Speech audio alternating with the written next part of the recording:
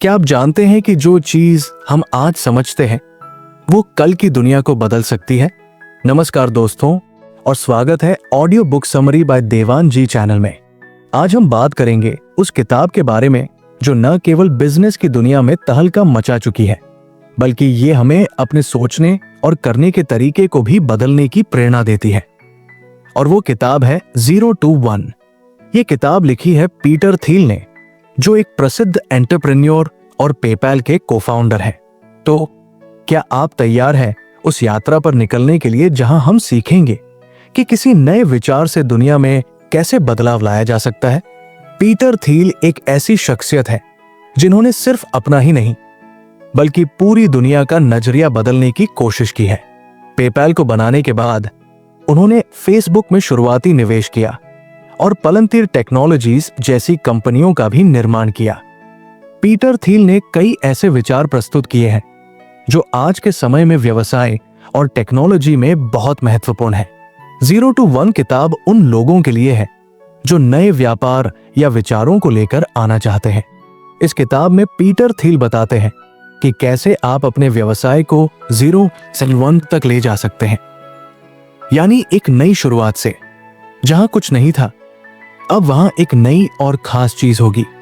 वे ये भी बताते हैं कि कंपटीशन से बचकर और मोनोपोली की ओर बढ़कर ही किसी व्यवसाय को सफलता मिल सकती है।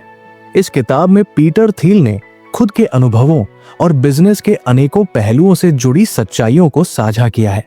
ये किताब एक नया दृष्टिकोण देती है जहां आपको भी अपने व्यवसाय में एक नई दिशा और एक नया रास्ता ढूंढने की प्रेरणा मिलेगी। आइए अब हम कुछ प्रमुख विचारों पर चर्चा करते हैं जो इस किताब में दिए गए हैं। पीटर थिल के अनुसार बिजनेस में सफलता तब मिलती है जब आप कुछ नया करते हैं, कुछ ऐसा जो पहले कभी नहीं किया गया हो। उनका मानना है कि जो लोग पुराने विचारों और पुराने तरीकों पर काम करते हैं वे बस प्रतिस्पर्धा में शामिल हो जाते हैं और कभी किसी बड़े बदलाव का हिस्सा नहीं बन सकते। 0 to 1 का विचार यही है कि अगर आप सच में दुनिया में कोई फर्क डालना चाहते हैं तो आपको किसी न किसी तरीके से अपने व्यवसाय को 0 to 1 तक ले जाना होगा।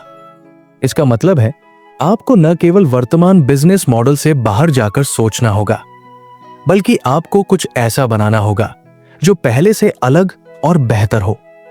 जब पीटर थिल ने पेपैल की शुरुआत की तो उनका लक्ष्य यह नहीं था कि वो सिर्फ एक ऑनलाइन पेमेंट गेटवे बनाए, बल्कि उनका उद्देश्य था कि वो एक ऐसा सिस्टम बनाए जो बैंकिंग के पारंपरिक तरीके को पूरी तरह से बदल दे। वो बस पैसे के लेन देन का एक तरीका नहीं बना रहे थे, बल्कि उन्होंने ऑनलाइन वित्तीय लेन देन को इतनी सहजता और सुरक्षा के साथ डिजाइन किया कि ये एक नई और महत्वपूर्ण सेवा बन गई। आज पेपैल की तरह और कई पेमेंट प्लेटफॉर्म हैं, लेकिन पेपैल ने जो नया तरीका पेश किया था वो उसे 0 to 1 का उदाहरण बनाता है। अब देखिए वेनमो का उदाहरण ले। ये एप्लीकेशन भी एक पेमेंट सर्विस है, लेकिन इसने पैसे ट्रांसफर करने का तरीका बिल्कुल नया बना दिया। वेनमो ने सोशल मीडिया के तत्व को जोड़कर लोगों को पैसे भेजने के अनुभव को भी सोशल और मस्ती भरा बना दिया। यहां भी ये नया विचार था, पुराने तरीके से हटकर कुछ नया, कुछ अलग। जब एलन मस्क ने टेस्ला और स्पेस एक्स की शुरुआत की तो उनका दृष्टिकोण बहुत ही अलग था। टेस्ला के बारे में सोचें, इलेक्ट्रिक कारों को लेकर पहले ही बहुत सी कंपनियां काम कर रही थी, लेकिन एलन मस्क ने इन कारों को सिर्फ एक पर्यावरण मैत्रीपूर्ण विकल्प नहीं बनाया, बल्कि उन्हें स्टाइलिश, उच्च तकनीक वाली और तेज भी बना दिया। इससे पहले की इलेक्ट्रिक कारों में आकर्षण की कमी थी, लेकिन मस्क ने उसे पूरी तरह से बदल दिया। उनका लक्ष्य सिर्फ पर्यावरण की रक्षा करना नहीं था, बल्कि उन्होंने इलेक्ट्रिक कारों को लग्जरी, हाई परफॉर्मेंस कारों के रूप में पेश किया। इसी तरह स्पेस एक्स के साथ मस्क ने पूरी अंतरिक्ष यात्रा के तरीके को बदलने की कोशिश की। स्पेस एक्स का मुख्य उद्देश्य केवल अंतरिक्ष में रॉकेट भेजना नहीं था, बल्कि रॉकेट्स को फिर से इस्तेमाल करने योग्य बनाना था, जिससे लागत घटे और अंतरिक्ष यात्रा को अधिक सुलभ बनाया जा सके। यही नया विचार था। जो 0 to 1 की दिशा में कदम बढ़ा रहा था। मस्क ने वही किया जो पहले कोई नहीं कर पाया, और अब स्पेसएक्स और टेस्ला दोनों ही उद्योगों में क्रांति ला रहे हैं।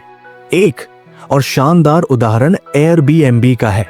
जब एयरबीएनबी की शुरुआत हुई तो ये सिर्फ एक आइडिया था, लोगों को अपनी अतिरिक्त जगह को किराए पर देने के लिए एक प्लेटफॉर्म देना।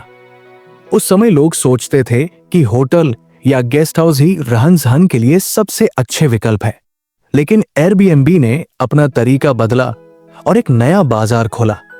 इसने ट्रिप और ट्रैवल इंडस्ट्री को पूरी तरह से बदल दिया, क्योंकि अब लोग अपने घरों में रहकर अपनी यात्रा का अनुभव कर सकते थे। इसी तरह उबर ने टैक्सी सेवाओं के पारंपरिक तरीके को बदल दिया। आज से कुछ साल पहले तक टैक्सी का मतलब था एक निर्धारित रेट पर सड़क पर खड़ी गाड़ी मिलना, लेकिन उबर ने स्मार्टफोन के माध्यम से राइड हेलिंग की प्रक्रिया को बदल दिया। अब लोग आसानी से अपने स्मार्टफोन से टैक्सी बुक कर सकते थे, और वही राइड हेलिंग का अनुभव पूरी दुनिया में लोकप्रिय हो गया। इन सभी उदाहरणों से यह साफ है कि पीटर थिल की सोच बहुत ही स्पष्ट है। 0 to 1 का मतलब है पुरानी और परिचित चीजों को छोड़कर कुछ नया और बेहतर करना। यही वो दिशा है जो हर सफल व्यवसाय को अलग और विशिष्ट बनाती है, चाहे वो टेक्नोलॉजी हो, ट्रैवल हो या फिर किसी भी इंडस्ट्री में हो। सफलता तभी मिलती है जब आप अपने विचारों को बदलकर कुछ नया और अनोखा पेश करते हैं। तो अगर आप भी कोई नया व्यापार शुरू करना चाहते हैं तो ध्यान रखें कि आपको भी 0 to 1 की दिशा में सोचना होगा, यानी कुछ ऐसा करना होगा जो पहले नहीं किया गया हो। पीटर थिल का मानना है कि अगर आप अपने व्यापार में सिर्फ प्रतियोगिता से निपटने पर ध्यान केंद्रित करेंगे तो आप कभी भी असल सफलता नहीं पा सकते। असली सफलता तब मिलती है जब आप अपनी एक ऐसी स्थिति बनाते हैं जहां आप अकेले ही उस क्षेत्र में काम करते हैं, यानी जब आप मोनोपोली की स्थिति में होते हैं। इसका मतलब है कि आपके पास ऐसा अनोखा उत्पाद या सेवा हो जिसे कोई और नहीं बना सकता, या वही चीज केवल आप ही प्रदान कर सकते हैं। गूगल का उदाहरण लें। इंटरनेट की शुरुआत में कई सर्च इंजन थे, जैसे याहू, अल्टा विस्टा और लाइकोस, लेकिन गूगल ने न केवल सर्च इंजन को बेहतर बनाया बल्कि उसे पूरी तरह से नया रूप दिया। गूगल ने एक बेहतर एल्गोरिदम, तेज सर्च रिजल्ट्स और उपयोगकर्ता के अनुभव को ध्यान में रखते हुए अपने सर्च इंजन को तैयार किया। आज गूगल का नाम एक काम के लिए जाना जाता है, सर्च इंजन। ये एक स्पष्ट मोनोपोली है, क्योंकि जब किसी को किसी चीज को सर्च करना होता है तो वो गूगल के बारे में ही सोचते हैं।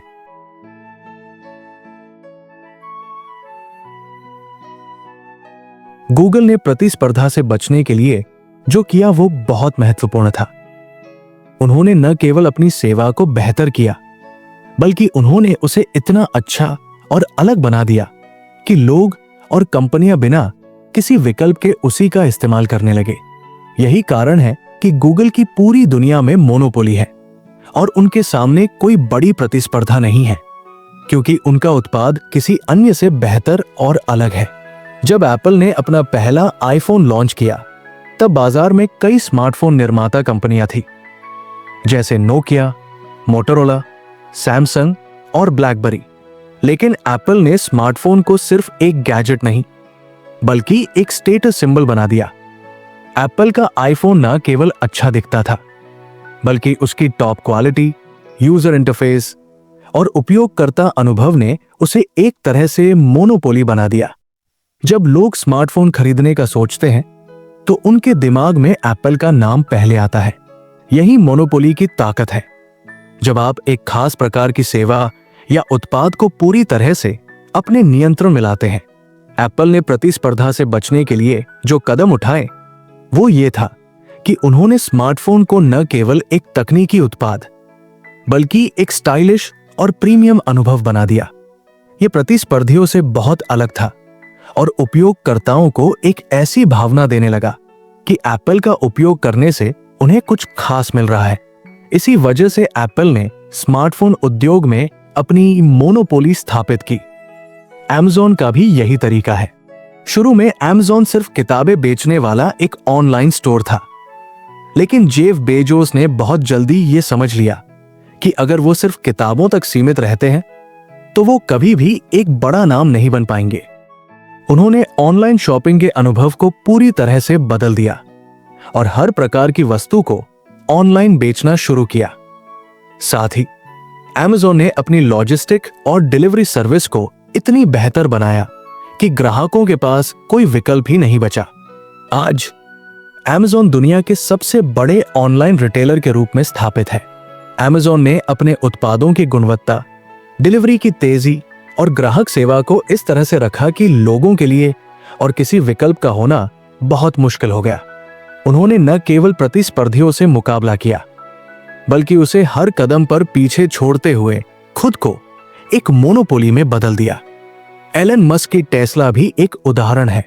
पहले लोग इलेक्ट्रिक कारों को एक साधारण और कम शक्तिशाली विकल्प मानते थे, लेकिन मस्क ने उसे एक लग्जरी और हाई परफॉर्मेंस वाहन में बदल दिया। उन्होंने कारों के बारे में लोगों की सोच ही बदल दी। टेस्ला की कारें आज सिर्फ एक ग्रीन कार नहीं रही, बल्कि वो आधुनिकता, उच्च तकनीकी और स्टाइल की मिसाल बन गई है। टेस्ला ने एक मोनोपोली बनाई क्योंकि उनके पास एक अलग तरह की इलेक्ट्रिक कारें हैं जिन्हें कोई और कंपनी आसानी से नहीं बना सकती। अगर आप किसी उद्योग में असली सफलता पाना चाहते हैं तो आपको केवल प्रतिस्पर्धा से बचने की नहीं, बल्कि अपनी एक मोनोपोली बनाने की दिशा में काम करना होगा। इसका मतलब ये नहीं कि आप दूसरों को पीछे छोड़कर सिर्फ खुद को बढ़ावा दें, बल्कि आपको अपने उत्पाद या सेवा को इतना अनोखा और उत्कृष्ट बनाना होगा कि लोग केवल आपको ही चुनें। जब आप ऐसा करते हैं तो आप न केवल अपने प्रतिस्पर्धियों से आगे निकल जाते हैं, बल्कि आप एक नई दिशा और मानक स्थापित करते हैं। तो याद रखें, अगर आप सच में सफलता चाहते हैं तो प्रतियोगिता से नहीं, बल्कि मोनोपोली की ओर बढ़े। पीटर थील का मानना है कि किसी भी सफल व्यवसाय का आधार उसकी पॉलिसी और विजन होता है। आपका विजन यानी कि आप भविष्य में कहां पहुंचने की उम्मीद रखते हैं, और पॉलिसी यानी उस विजन को प्राप्त करने के लिए आपका तरीका, दोनों ही अत्यधिक महत्वपूर्ण है। विजन न केवल आपके लिए एक दिशा निर्धारित करता है, बल्कि ये आपके व्यवसाय के सभी पहलुओं को प्रभावित करता है। यदि आपके पास स्पष्ट विजन और सही पॉलिसी नहीं है तो आप किसी दिशा में बढ़ नहीं पाएंगे और आपका व्यवसाय किसी भी दिशा में जा सकता है। एलन मस्क का टेस्ला के बारे में विजन पूरी दुनिया में ग्रीन एनर्जी और इलेक्ट्रिक वाहनों के उपयोग को बढ़ाना था। जब मस्क ने टेस्ला की शुरुआत की थी, तब लोगों का मानना था कि इलेक्ट्रिक कारों का बाजार बहुत छोटा है और जो कारें उपलब्ध थी वे बहुत धीमी और महंगी थी। लेकिन मस्क का विजन था कि वो इलेक्ट्रिक कारों को हर किसी के लिए उपलब्ध बना सकते हैं और साथ ही साथ कारों को बहुत आकर्षक और उच्च प्रदर्शन वाला बना सकते हैं। उनका विजन था कि टेस्ला को न केवल एक ग्रीन कंपनी के रूप में जाना जाए, बल्कि वो दुनिया की सबसे बड़ी और सबसे सफल कार निर्माता कंपनी बने। इसके साथ ही मस्क की पॉलिसी थी कि वो टेस्ला को इस तरह से बनाए कि वो केवल ग्रीन तकनीक पर निर्भर न हो, बल्कि ये हर स्तर पर सबसे बेहतरीन हो, चाहे वो कार की डिजाइन हो, उसके प्रदर्शन की क्षमता हो या फिर उसकी उपयोगकर्ता अनुभव की गुणवत्ता हो। आज टेस्ला का नाम केवल इलेक्ट्रिक कारों के लिए नहीं, बल्कि एक तकनीकी क्रांति के रूप में लिया जाता है, और मस्क का विजन और पॉलिसी इसे हासिल करने में महत्वपूर्ण साबित हुई। Amazon की शुरुआत में जेफ बेजोस का विजन था कि वो दुनिया के सबसे बड़े ऑनलाइन रिटेलर बनेंगे, लेकिन उनका विजन इससे कहीं अधिक था। उनका उद्देश्य था कि वो ग्राहकों को बेहतरीन अनुभव देने के लिए हर पहलू में अपनी कंपनी को सर्वश्रेष्ठ बनाए। जेफ बेजोस की पॉलिसी थी कि वो ग्राहक सेवा को पहले रखें, और इस उद्देश्य को हासिल करने के लिए उन्होंने Amazon में लगातार नए नए बदलाव किए। जेफ बेजोस का मानना था कि जब आप अपने ग्राहकों को प्राथमिकता देते हैं और उनका अनुभव बेहतर करते हैं, तो आपके लिए प्रतिस्पर्धा से ज्यादा महत्वपूर्ण नहीं रहेगा। उन्होंने एक सरल पॉलिसी बनाई कि ग्राहक हर बात में राजा है और इसे अपने विजन में पूरी तरह से शामिल किया।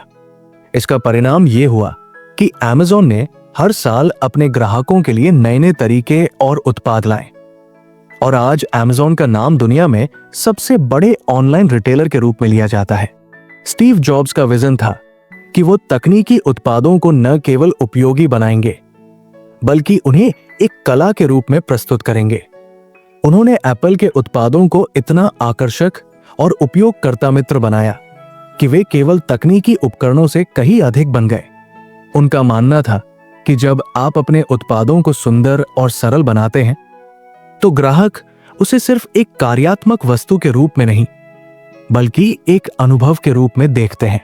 स्टीव जॉब्स की पॉलिसी थी कि एप्पल का हर उत्पाद अन्य किसी उत्पाद से अलग हो, चाहे वो उसका डिजाइन हो, उसका उपयोगकर्ता इंटरफेस हो या फिर उसकी गुणवत्ता हो।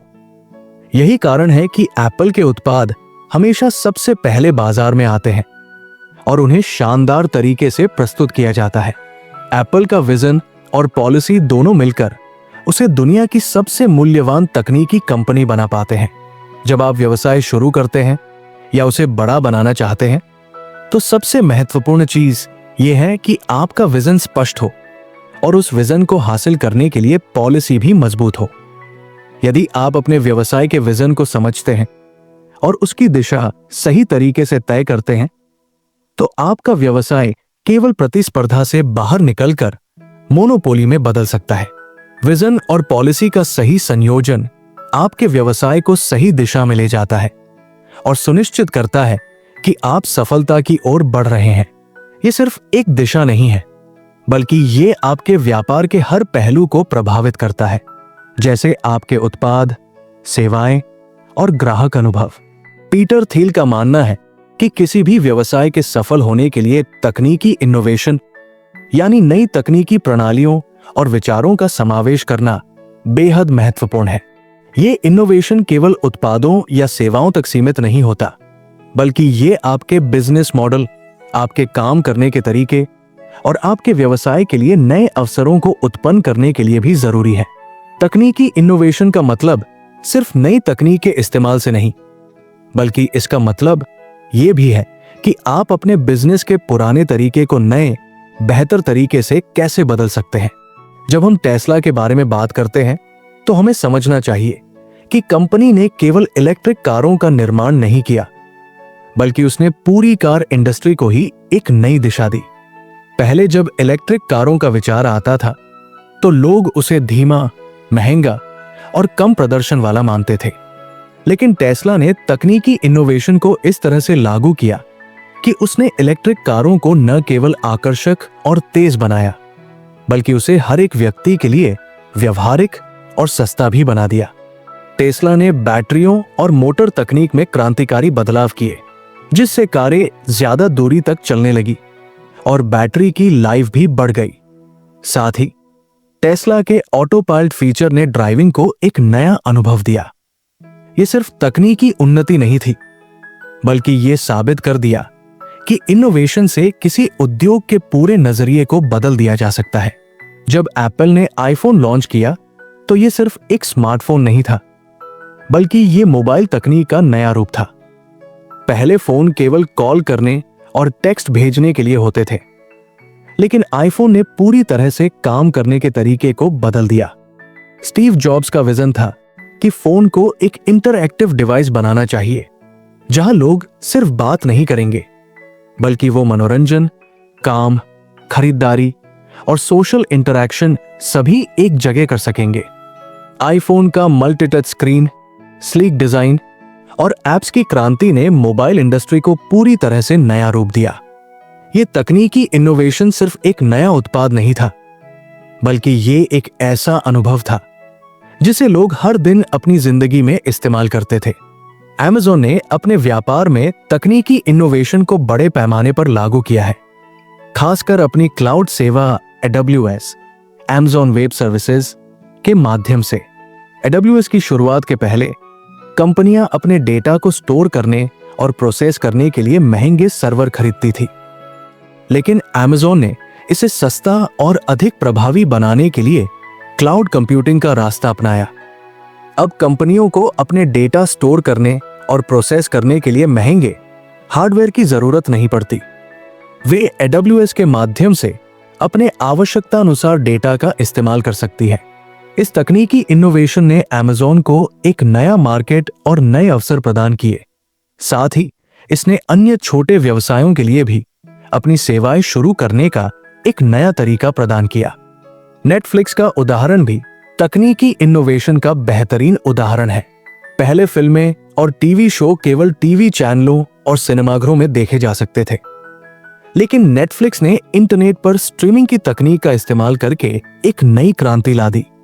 इससे लोग घर बैठे ही अपने पसंदीदा शो और फिल्में देख सकते थे, और वह भी अपनी सुविधा के अनुसार। नेटफ्लिक्स ने तकनीकी इनोवेशन के जरिए न केवल फिल्म इंडस्ट्री की दिशा बदली, बल्कि उसने इसे एक व्यवसाय मॉडल में बदल दिया, जहां पर सब्सक्रिप्शन आधारित सेवा से लोगों को कंटेंट की एक बड़ी लाइब्रेरी मिलती है। इसके अलावा नेटफ्लिक्स का एल्गोरिदम लोगों के देखने की आदतों को समझता है और उन्हें नए कंटेंट का सुझाव देता है, जिससे उपयोगकर्ताओं का अनुभव और भी बढ़ जाता है। तकनीकी इनोवेशन सिर्फ नए उत्पादों तक सीमित नहीं होता, बल्कि ये आपके व्यवसाय के हर पहलू में बदलाव लाता है, चाहे वो उत्पाद निर्माण हो, ग्राहक अनुभव हो या फिर व्यवसाय मॉडल हो। तकनीकी इनोवेशन से आप हर क्षेत्र में नई संभावनाओं को खोल सकते हैं। पीटर थिल का कहना है कि अगर आप अपने व्यवसाय में तकनीकी इनोवेशन को सही तरीके से लागू करते हैं, तो आप न केवल अपने उद्योग में बदलाव ला सकते हैं, बल्कि आप पूरी दुनिया में क्रांति भी कर सकते हैं। व्यवसाय में सफलता पाने के लिए जरूरी है कि आप अपनी सोच को पुरानी तकनीकों से बाहर निकालकर नई तकनीकों को अपनाएं और उनके द्वारा उत्पन्न होने वाले नए अवसरों का लाभ उठाएं।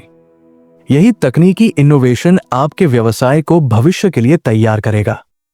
इस किताब से हमें यह सीखने को मिलता है कि सफलता पाने के लिए हमें सिर्फ अपनी प्रतिस्पर्धा को हराना नहीं है, बल्कि हमें कुछ नया और अनोखा करना है, कुछ ऐसा जो पहले कभी नहीं किया गया हो। हमें विजन के साथ काम करना है और अपनी तकनीकी क्षमता का सही तरीके से उपयोग करना है। 0 to 1 हमें दिखाता है कि नए विचार, सही दिशा और इनोवेशन से ही हम किसी भी व्यवसाय को सफलता की ऊंचाई तक ले जा सकते हैं। तो दोस्तों, इस किताब से प्रेरित होकर आप भी अपने व्यवसाय में नई दिशा और बदलाव लाने की कोशिश करें। क्या आप तैयार हैं 0 to 1 की यात्रा पर निकलने के लिए? धन्यवाद और जुड़े रहिए ऑडियो बुक समरी बाय देवान जी के साथ।